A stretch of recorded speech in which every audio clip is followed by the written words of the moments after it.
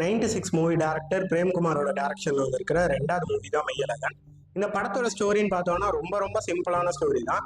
22 வருஷத்துக்கு முன்னாடி குடும்ப பிரச்சனைனால வீடை விட்டுட்டு போற அருள்மொழின்ற கேரக்டர் திரும்ப 22 வருஷம் கழிச்சு அவரோட தங்கச்சி கல்யாணத்துக்காண்டி சொந்த ஊருக்கே திரும்ப வராரு. வந்த வேகத்துல எப்படியாச்சும் இந்த ஊரை விட்டு போயிடணும் அப்படின்னு சொல்லிட்டு நினைக்கிறாரு. அப்பதான் கார்த்திக் கேரக்டர் மீட் பண்றாரு. இவங்க ரெண்டு பேத்துக்கும் நடுவில் நடக்கிற கான்வர்சேஷன்ஸ் தான் மொத்த படமே. நம்ம 96 மூவி பார்த்தோம்னா கூட அதுவுமே இதே மாதிரிதான். ரெண்டு கேரக்டர்ஸ் இருக்கும். ராம்ஜானுன்ற கேரக்டருக்கு நடுவில் நடக்கிற கான்வர்சேஷன்ஸ் தான் மொத்த படமாவே இருக்கும். ஆனா இந்த ரெண்டு கேரக்டருக்கு இடையில கான்ஃபிளிக்ஸ் இருக்கும். அது வந்து கொஞ்சம் கொஞ்சமா அன்ஃபோல்ட் ஆகிக்கிட்டே வரும். ஆனா இந்த படத்துல இந்த ரெண்டு கேரக்டர்ஸ்க்கு இடையில எந்த ஒரு கான்ஃபிளிக்ஸுமே கிடையவே கிடையாது. ஆனாலுமே இந்த கான்வர்சேஷன்ஸ் எல்லாமே ரொம்ப இன்ட்ரெஸ்டிங்கா இருக்கு. இந்த படத்தோட டைரக்டர் பத்தி சொல்லணும்னா இவர் வந்து ஒரு சினிமாட்டோகிராஃபர் அப்புறம் போட்டோகிராஃபரும் கூட. இவரோட ஃப்ரேம்ஸ் எல்லாம் பார்த்தோம்னா ரொம்ப அழகா இருந்திருக்கும். நம்ம வந்து 96 மூவிலே பார்த்துருப்போம். இந்த படத்துல அந்த மாதிரி நம்ம ஒரு ஃப்ரேம் சொல்லலாம். என்னன்னா ஒரு மரத்தை வந்து காட்டுவாங்க. அந்த மரத்துல இலை எதுவுமே இருக்கவே இருக்காது. அதுல அந்த இலைக்கு பதிலா அந்த மரத்துல ஃபுல்லாமே கிளி இருக்கும். இது பாக்குறதுக்கே ரொம்ப அழகாவும் பொயட்டிக்கலாவும் இருந்துச்சு. அதெல்லாம் அந்த படத்துல ஒரு 2 செகண்ட் அந்த மாதிரி தான் வரும். இந்த மாதிரி த்ரூ அவுட் த மூவி நிறைய ஃப்ரேம்ஸ் வந்து ரொம்ப அழகா இருந்துச்சு. இந்த படம் வந்து தஞ்சாவூரை பேஸ் பண்ணி நடக்கிற கதை அப்படின்றனால தஞ்சாவூரை வந்து ரொம்ப அழகா காமிச்சிருந்தாங்க. இன்னும் இந்த படத்தோட ஃபர்ஸ்ட் ஹாஃப் பத்தி சொல்லணும்னா ரொம்ப ஸ்பீடாவே போயிடுச்சு. சின்ன சின்ன எமோஷன்ஸா இருக்கட்டும், ஹியூமரா இருக்கட்டும், அப்புறம் ரிலேஷன்ஷிப்க்கு இடையில உள்ள எமோஷன்ஸா இருக்கட்டும், அதெல்லாம் ரொம்ப அழகா கன்வே பண்ணியிருந்தாங்க. ஃபர்ஸ்ட் ஹாஃப் போனதே தெரில. ஆனா செகண்ட் ஹாஃப்ல வந்து இந்த மாதிரி எந்த ஒரு கான்ஃபிளிக்ட்டுமே கிடையவே கிடையாது. அரவிந்த் சாமி கேரக்டருக்கும் சரி, கார்த்திக் கேரக்டருக்கும் சரி, இடையில எந்த ஒரு கான்ஃபிளிக்ட்டுமே கிடையவே கிடையாது. ஆனாலுமே அந்த கான்வர்சேஷன்ஸ் எல்லாமே ரொம்ப இன்ட்ரெஸ்டிங்கா இருந்துச்சு. படத்துல இடையில ஒரு போர்ஷன்ல நீடமங்கலம் டோனி அப்படின்ற ஒரு கேரக்டர்ல வந்து ஒருத்தர் பிளே பண்ணியிருக்காரு. அந்த போர்ஷன் வந்து ரொம்ப பயங்கர கூஸ்பம்ஸா இருந்துச்சு. இந்த படத்தோட இன்னொரு முக்கியமான ஆஸ்பெக்ட்னா இந்த படத்தோட மியூசிக் பத்தி நம்ம சொல்லலாம். இந்த படத்துல வந்து மொத்தத்துக்கே ஒரு 2 சாங்ஸ் தான் இருக்கு. ஒரு சாங் வந்து ரொம்ப இம்பாக்ட்ஃபுல்லான ஒரு எமோஷனலான சுச்சுவேஷன்ல வருது. அது தனியா பாட்டா கேட்கிறப்ப நமக்கு ரொம்ப எமோஷனலா இருக்கு. இந்த படத்துல வந்து அது இன்னும் ரொம்ப பயங்கரமா கன்வே ஆகுது. இந்த படத்தோட இன்னொரு முக்கியமான விஷயம்னா இந்த படத்தோட கேஸ்டிங் பத்தி சொல்லலாம். இவங்க இந்த படத்தோட கேஸ்டிங்ல இந்த படத்தை வந்து வின் பண்ணிட்டாங்கன்னு தான் சொல்லணும். ஏன்னா இந்த 2 கேரக்டர்ஸ் தான் இந்த படம் ஃபுல்லா வருது. இந்த படத்துல ஃபுல்லா கான்வர்சேஷன்ஸ் தான் இருக்கு. இந்த 2 கேரக்டர்ஸும் ரொம்ப அழகா அந்த படத்தை வந்து அப்படியே கேரி அவுட் பண்ணி கொண்டு போகுது. எனக்கு வந்து ஆக்ஷன் வேணாம், எனக்கு வந்து ஒரு 4 பாட்டு வேணாம், எனக்கு வந்து ஒரு நல்ல படம் பார்க்கணும், எனக்கு வந்து ஒரு புது லைஃபை பார்க்கணும்னு நீங்க நினைச்சீங்கன்னா கண்டிப்பா அந்த படத்தை போய் பார்க்கலாம். இதுவரை நான் ஸ்பாய்லர் எதுவுமே இல்லாம ஒரு ரிவ்யூ வந்து அவங்களுக்கு கொடுத்துருக்கேன். இதுக்கப்புறம் நான் சொல்ல போறது வந்து இந்த படத்துல உள்ள கேரக்டர்ஸ் பத்தியும் சில சீன்ஸ் பத்தியும் நான் பேச போறேன். இதெல்லாம் தெரிஞ்சுட்டு போய் பாத்தீங்கன்னா உங்களுக்கு படம் இன்னும் கனெக்ட் ஆகும். அப்படி இல்லை எதுவுமே தெரியாம போய் பாத்துக்கிறேன்னா வீடியோ நீங்க இதோட ஸ்கிப் பண்ணிடலாம். இதுவரையும் சேனலுக்கு சப்ஸ்கிரைப் பண்ணாம இருந்தீங்கன்னா மறக்காம சப்ஸ்கிரைப் பண்ணிக்கோங்க.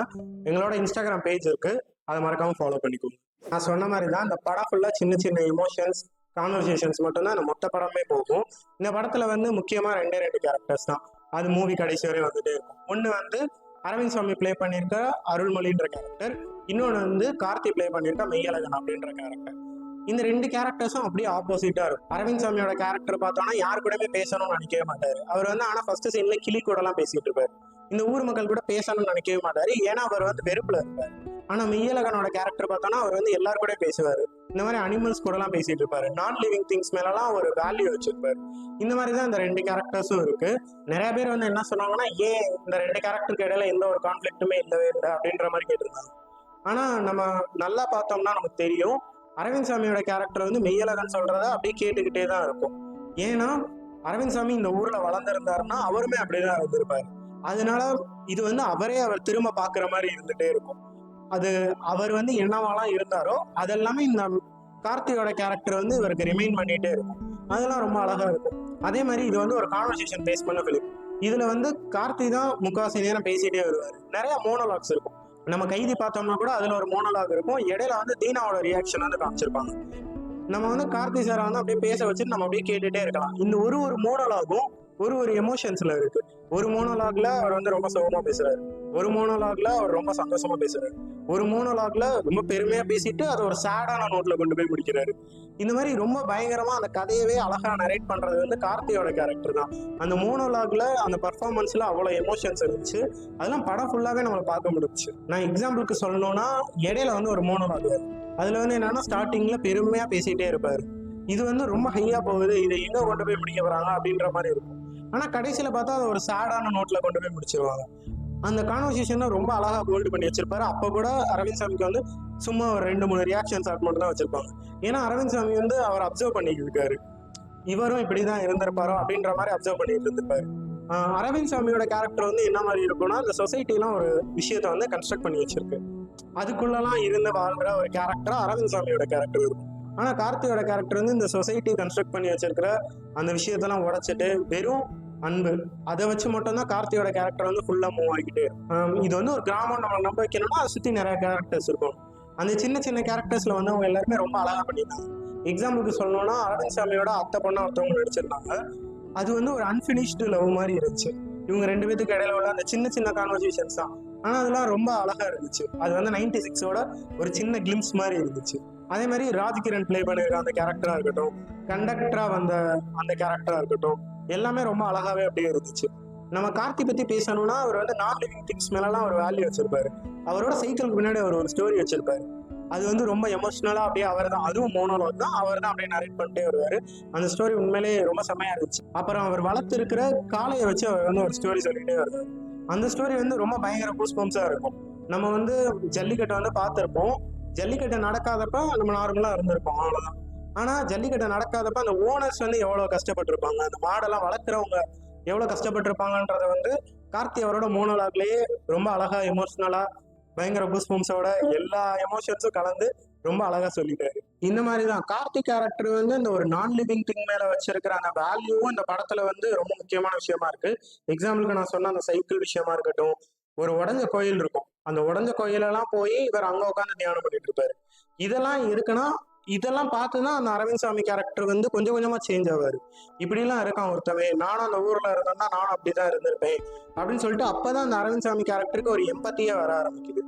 இந்த மாதிரி கார்த்தியோட கேரக்டர் வந்து அவர் பிளே பண்ணியிருக்க விதமா இருக்கட்டும், அந்த கதையில எழுதின விதமா இருக்கட்டும், இதெல்லாம் தான் இந்த படத்தை வந்து இன்னும் அழகுக்கு மேல அழகாக்கிட்டே போகுது. இந்த படத்துல இன்னொரு முக்கியமான விஷயம்னா இந்த படத்தோட லைட்டிங் பத்தி நம்ம பேசலாம். நைட்டு ஷூட் பண்றது கஷ்டம், அதுக்கு லைட்டிங் மேட்ச் பண்றது கஷ்டம். ஆனா இதெல்லாம் தாண்டி இவங்க இதுக்கு ஒரு காம்ப்ளெக்சிட்டி ஆட் பண்ணியிருக்காங்க. எக்ஸாம்பிளுக்கு சொல்லணும்னா ஒரு சீன்ல வந்து அதனால லைட்டிங் டீமுக்கு வந்து நம்ம கண்டிப்பா கிரெடிட்ஸ் கொடுத்தே ஆகணும். இந்த படத்துல ஒர்க் பண்ணியிருந்த எல்லா டெக்னீஷியன்ஸ்க்கும் நம்ம கண்டிப்பா கிரெடிட்ஸ் கொடுத்தே ஆகணும். எப்பயுமே ஒரு டேரக்டரோட வெற்றி அப்படின்றது வந்து சில பேர் வந்து அந்த டேரக்டரோட சம்பளத்தை வச்சு சொல்லுவாங்க. அவர் பெரிய பெரிய ஹீரோ கூட பண்ணாருன்னா அவர் வந்து ஒரு பெரிய டேரக்டர் அப்படின்ற மாதிரி சொல்லுவாங்க. எங்க வந்து ஒரு டேரக்டர் வந்து ஆக்சுவலா வின் பண்றாருன்னா ஆடியன்ஸோட என்கேஜ் பண்றப்பதான். இந்த படத்துல கடைசி ஒரு 5 நிமிஷம் சீக்வன்ஸ்ல வந்து நமக்கே தெரிஞ்சிடும் என்ன நடக்க போகுது, யாரு இது அப்படின்றது நமக்கு எல்லாமே தெரிஞ்சிடும். அப்ப வந்து கார்த்தி கேரக்டர் வந்து கொஞ்சம் கொஞ்சமா க்ளூ கொடுத்துட்டே வருவாரு. அப்ப வந்து அரவிந்த் சாமி கேரக்டர்கிட்ட நீங்க வந்து கொட்டிட்டே வாங்க அப்படின்னு சொல்லுவாரு. அப்ப வந்து அரவிந்த் சாமி கேரக்டர் வந்து கொட்டிட்டு, அப்ப வந்து தியேட்டர்ல பின்னாடி உள்ள உட்கார்ந்து எல்லாருமே கொட்டிட்டே இருந்தாங்க. இதை விட ஒரு டேரக்டருக்கு வந்து ஒரு வெற்றி இருக்க முடியுமா எனக்கு தெரியவே இல்லை. இந்த படத்துல சின்ன விஷயமா இருந்தாலும் சின்ன சின்ன எமோஷன்ஸா இருந்தாலும் அதெல்லாம் ரொம்ப அழகா கேப்சர் பண்ணியிருந்தாங்க. நீங்க மூவி லவர்ஸா இருந்தீங்கன்னா கண்டிப்பா அந்த படத்தை வந்து தியேட்டர்ல மிஸ் பண்ணிடுங்க. இதே மாதிரி இன்னும் நிறைய வீடியோஸ்க்கு எங்க சேனலை மறக்காம சப்ஸ்கிரைப் பண்ணி வச்சுக்கோங்க. எங்களோட இன்ஸ்டாகிராம் பேஜ் இருக்கு, அதை மறக்காம ஃபாலோ பண்ணிக்கோங்க.